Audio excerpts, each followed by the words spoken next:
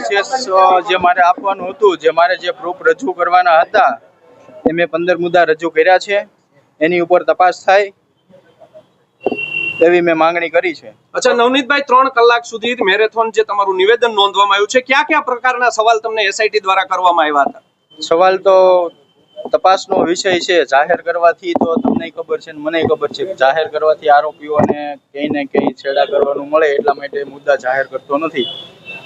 શું લાગે છે આજે તમારું નિવેદન નોંધાયા બાદ તમને હવે એસઆઈટી ઉપર કેટલો વિશ્વાસ છે કે તમને ન્યાય મળશે? જે મારા મુદ્દા છે એ પ્રમાણે જો તપાસ યોગ્ય થશે તો જરૂર મુખ્ય આરોપી સુધી પહોંચે જશે. નવનીતભાઈ, શનિવારે પણ 2 પીઆઈ નો જે અહીંયા તપાસ શરૂ થઈ હતી તે બાબતે શું કહેશો?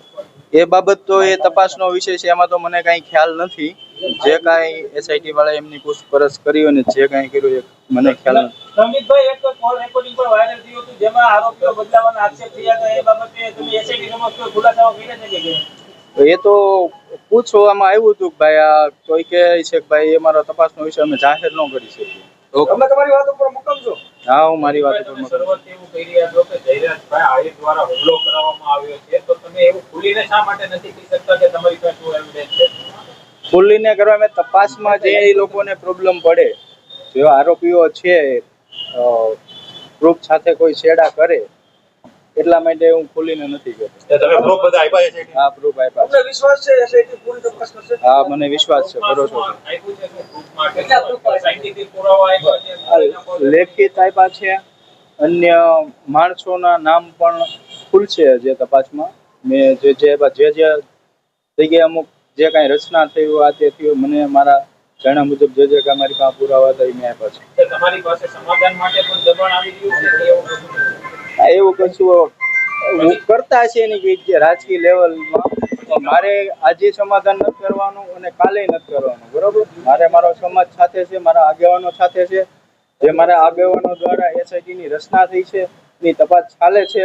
અત્યારે તો એવું થોડું લાગે છે કે યોગ્ય દિશામાં ચાલે છે અને હજી પણ યોગ્ય દિશામાં તપાસ કરશે એટલે મૂળ આરોપી સુધી પહોંચી જવાશે એવી મને આશા છે. નવનીતભાઈ, 20 દિવસ થયા છે તેમ છતાં હજી કોઈ નિષ્કર્ષ ઉપર પહોંચી નથી એસઆઈટી. હવે શું લાગે છે?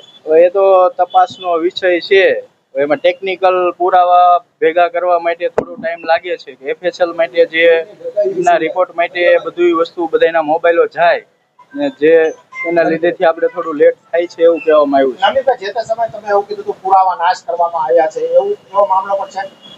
એ પુરાવા નાશ કરવા જે તે જગ્યાએ આરોપીઓ ખોટી રોકાણા હતા, જ્યાં કાવતરું રચ્યું ત્યાંના સીસીટીવી ફૂટેજનું એવું જાણવા મળ્યું છે કે એ લોકોએ હાર્ડ ડિસ્ક બદલી હોય કે સીસીટીવી ફૂટેજ ગાયબ કર્યા હોય એવું મને જાણવા મળ્યું છે. નવનીતભાઈ, તમારી ઉપર ગંભીર આરોપ થઈ રહ્યા છે વિવિધ પ્રકારના, જેમાં ગેરકાયદેસર ખનન હોય કે પછી અન્ય પ્રવૃત્તિઓ હોય, તો તમારી ઉપર પણ આક્ષેપ થઈ રહ્યા છે. સોશિયલ મીડિયામાં વિડીયો પણ વાયરલ થઈ ગયા. એ બધું મારો કેસ ડાયવર્ટ કરવા માટેનું બધું છે.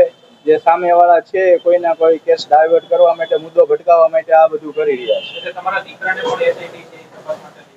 ના, મારા દીકરાને કોઈ એવું કોઈ પૂછપરછ કરી નથી. ઓકે.